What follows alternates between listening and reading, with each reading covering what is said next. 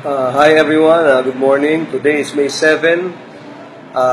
Malapit na ho yung botohan.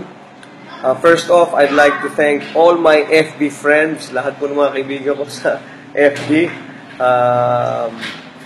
Na in spite of our differences in our choices and our preference para sa ating magiging presidente, we have maintained respect.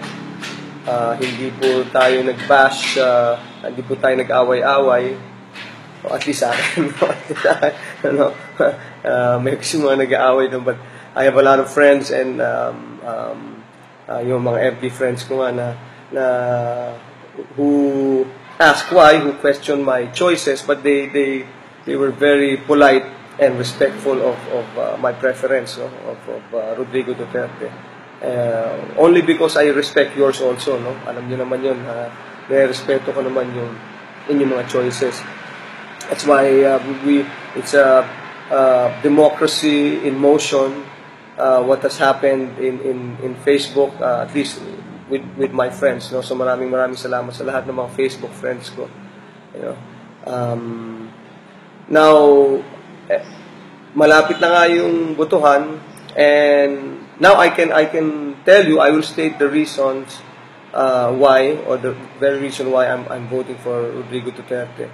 I've always said this time and again na siguro about 2 or 3 presidential elections or 3 presidents ago hindi natin siya kailangan.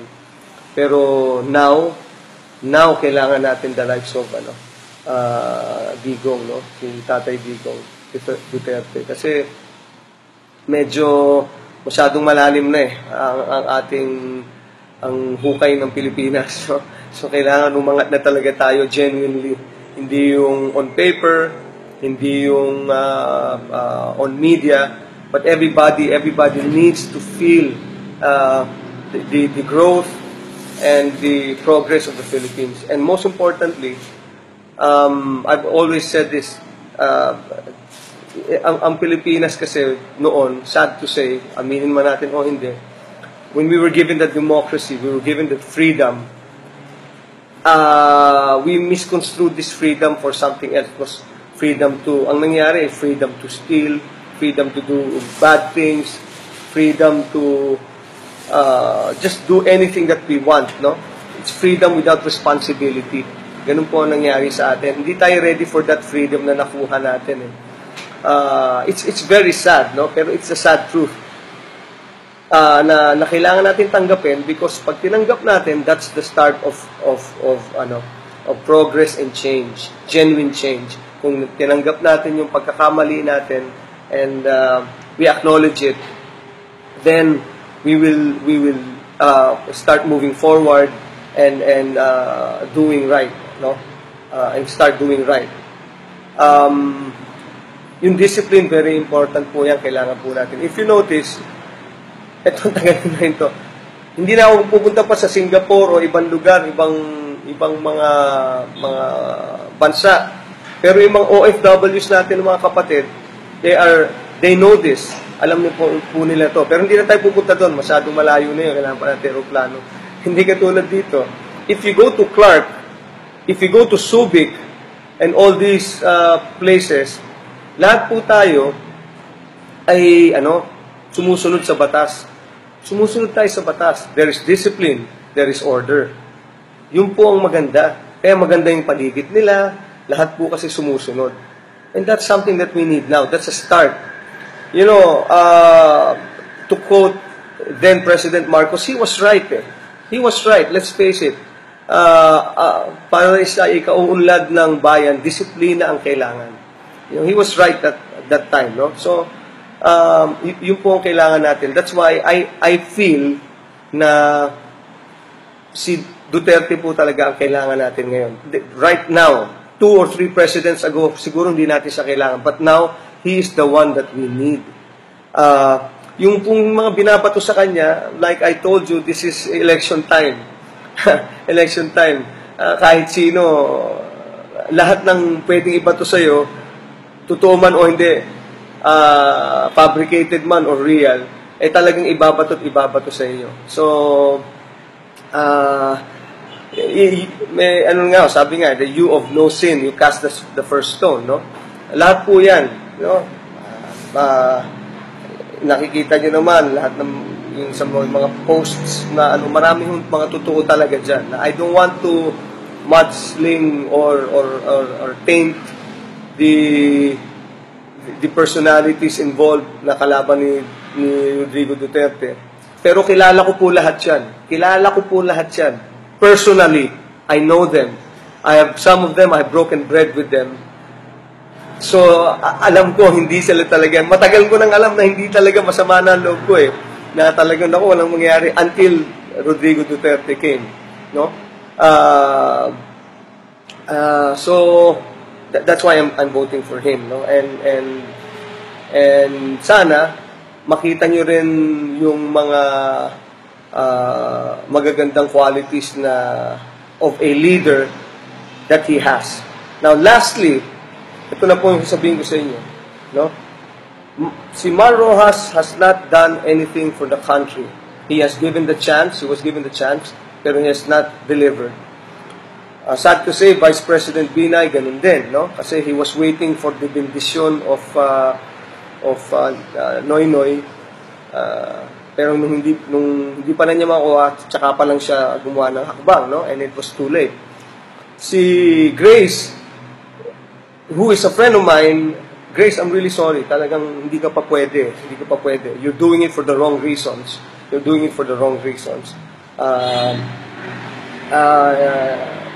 Hindi, kulang pa.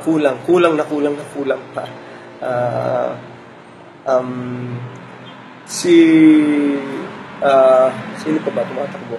Si Miriam, Centro Miriam Defensor Santiago, magaling, pero hindi rin nag-deliver. I'm sorry, she's very eloquent, she's a very good speaker, she knows her laws, but she knows what to do and what should have been done, but it's too late, the hero, ngayon late na. Plus, she was also given the chance for a long time as a senator, but she did not deliver also. But she was very good, very eloquent, magaling magsalita, but too late, the hero na rin yan, no?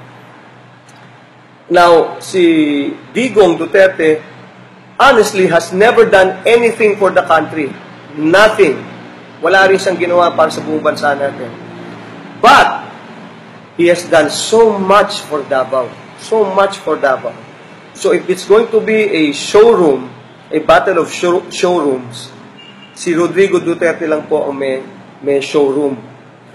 He has brought Davao from kumbaga, the dark ages to a highly developed, progressive city. And lastly, kaya po siya ang pinili ko bago po ako I prayed on this naman, no? Tinanong ko yung kapatid ko who has been in Davao for a long time. He's now residing in the United States. Sabi ko, Kuya, what do you think of Rodrigo Duterte? Medyo sabi sa akin ng kuya ko, ito nakakatuwa. Ganun lang magsalta yun, nakakatawa lang yun, pagtawanan nyo lang. Pero he delivers, he's a good leader, he's firm, and he has a heart. So I prayed on this, which I encourage you to do also. I want you to pray before you go to the voting precincts. Again, we all have our choices, let's respect, and I hope and pray that we have a peaceful, honest election. Most importantly, after the election, sana, whoever wins, we rally behind him, we help him, because katulad ng maraming post, it's a collective effort. Hindi po kaya ng isang tao yan.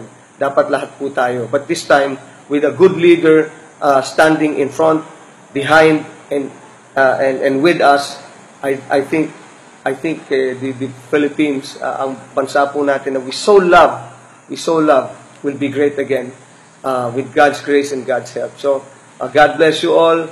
I'm very happy with technology. Thank God for Facebook, and thank God for friends like you. Mabuhay po ang Pilipinas. To God be all the praise and glory. I love you. Hi everyone. Good morning. Today is May 7.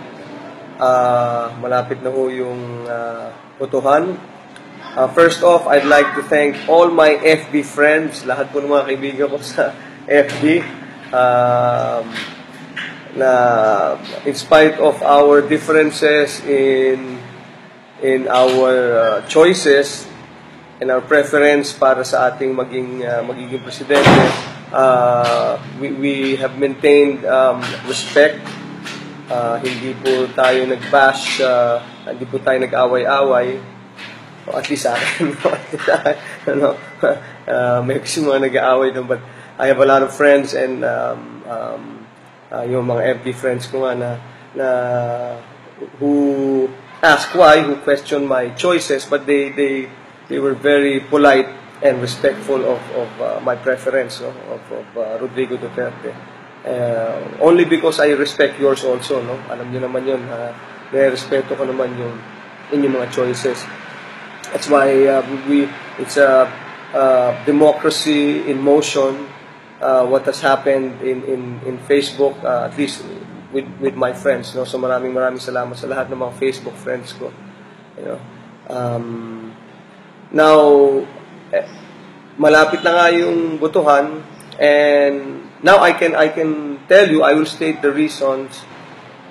Si Mar Roxas has not done anything for the country.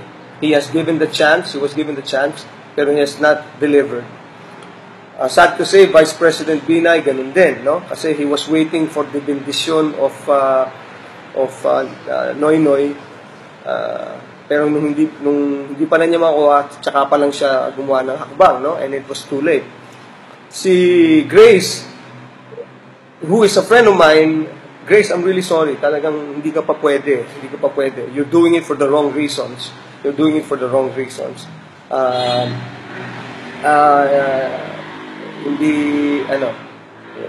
kulang pa. Sino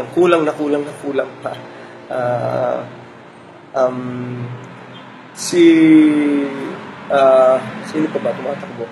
Si Miriam, Centro Miriam Defensor Santiago, magaling, pero hindi rin nag-deliver. I'm sorry, she's very eloquent, she's a very good speaker, she knows her laws, but she knows what to do and what should have been done, but it's too late, the hero. Ngayon, late na. Plus, she was also given the chance for a long time as a senator, but she did not deliver also. But she was very good, very eloquent, magaling magsalita, but too late, the hero na rin yan, no? Now, si Digong Duterte, honestly, has never done anything for the country. Nothing. Presidents ago, siguro hindi natin siya kailangan. But now, he is the one that we need. Yung pong mga binabato sa kanya, like I told you, this is election time. Election time. Kahit sino, lahat ng pwedeng ibato sa'yo, totoo man o hindi, fabricated man or real, talagang ibabato sa inyo. So, may sabi nga, the you of no sin, you cast the first stone, no? Lahat po yan, no? Nakikita nyo naman lahat ng yung sa mga posts na marami mga totoo talaga dyan. I don't want to mudsling or taint the personalities involved na kalaban ni Rodrigo Duterte. Pero kilala ko po lahat yan. Personally, I know them.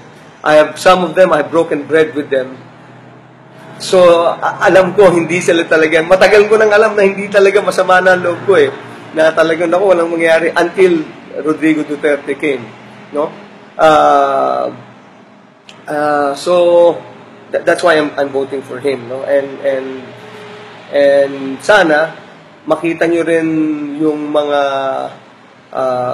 magagandang qualities of a leader that he has.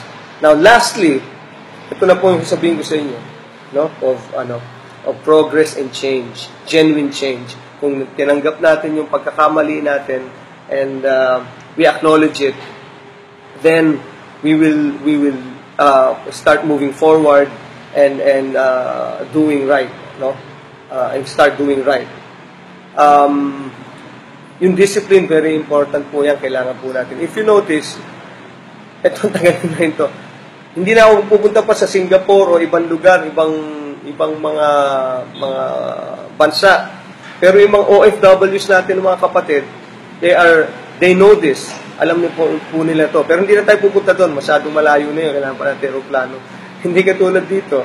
If you go to Clark, if you go to Subic, and all these places, lahat po tayo ay sumusunod sa batas.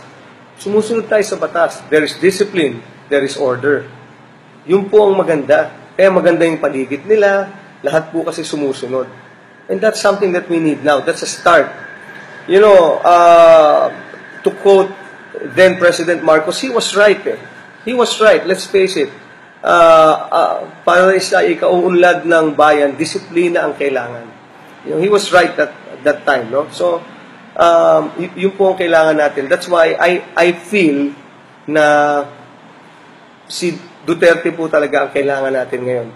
Right now, 2 or 3 why, or the very reason why I'm voting for Rodrigo Duterte. I've always said this time and again na siguro about 2 or 3 presidential elections or 3 presidents ago, hindi natin siya kailangan. Pero now kailangan natin the likes of Digong, no? Si Tatay Digong Duterte. Kasi medyo masyadong malalim na ang hukay ng Pilipinas. So kailangan umangat na talaga tayo genuinely. Hindi yung on paper, hindi yung on media, but everybody needs to feel the growth and the progress of the Philippines. And most importantly, I've always said this, ang Pilipinas kasi noon, sad to say, aminin man natin o hindi, when we were given that democracy, we were given that freedom, we misconstrued this freedom for something else. It was freedom to, ang nangyari, freedom to steal, freedom to do bad things, freedom to just do anything that we want, no? It's freedom without responsibility. Ganun po ang nangyari sa atin. Hindi tayo ready for that freedom na nakuha natin eh. It's very sad, no? Pero it's a sad truth. Na kailangan natin tanggapin because pag tinanggap natin, that's the start of